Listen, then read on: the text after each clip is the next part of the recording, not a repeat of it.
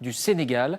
Le Sénégal veut retrouver la souveraineté sur ses mers. Jusque-là, les concessions de pêche étaient données à de grands chalutiers étrangers. Eh bien, ces autorisations ont été annulées. Les pêcheurs sénégalais retrouvent leurs barques et leurs poissons. Envoyés spéciaux, Gérard Grisbeck, Frédéric Ranck. Partis à l'aube, ils sont déjà de retour. Les pêcheurs n'ont pas mis longtemps pour remplir leurs pirogues. Après des années de marasme, la vie a repris sur cette plage de Kayar, à 60 km au nord de Dakar. Les familles des pêcheurs ont retrouvé le moral, car la pêche fait travailler 600 000 personnes.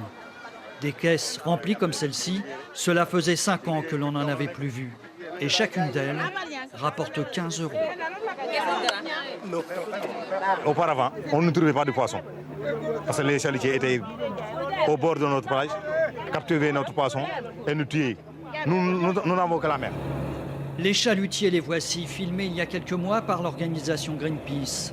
Battant pavillon russe ou d'Europe de l'Est dans les eaux territoriales sénégalaises, ils raclent les fonds et récupèrent dans leur filet en une journée autant de poissons que 50 pirogues en un an. Retour sur cette plage de Kayar, où l'on est fier de montrer ces espadons comme si c'était un trophée qu'on leur avait volé et qu'ils ont récupéré. Gestes précis, les mêmes depuis des générations. En quelques minutes, le poisson est prêt à être emballé. Depuis déjà 2 mois, on trouve beaucoup d'espadons. Et pas seulement des espadons, on trouve aussi d'autres poissons, des espèces très variées.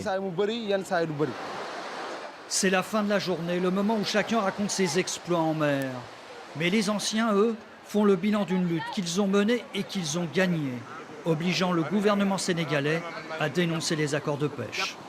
Signer les accords de pêche et de donner des licences aux flottes industrielles étrangères, c'est la mauvaise gouvernance. C'est pour finir les ressources halieutiques, dégrader l'environnement marin, finir les poissons, marginaliser le métier de la pêche.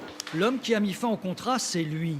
Des contrats qui permettaient aux bateaux étrangers de pêcher ici en toute légalité. Reste à savoir pourquoi l'ancien président Wade avait permis ces pratiques. On a parlé de corruption de la part des anciens ministres. Vous pensez que ça a joué? Ah là, pour dire vrai, n'ayant aucune preuve pour ce domaine, je ne peux pas me prononcer vraiment là-dessus. Mais le soupçon existe. Bon, ça, vous savez, nous sommes au Sénégal, nous sommes, comme je dis, un beau pays où chacun peut dire tout ce qu'il veut. Nous n'en saurons pas plus. Le nouveau président Macky Sall avait promis d'annuler ces contrats, promesse tenue. Mais il n'y aura pas de poursuite judiciaire contre ceux qui ont signé. La pêche est redevenue une des principales ressources du pays avec le tourisme. Il est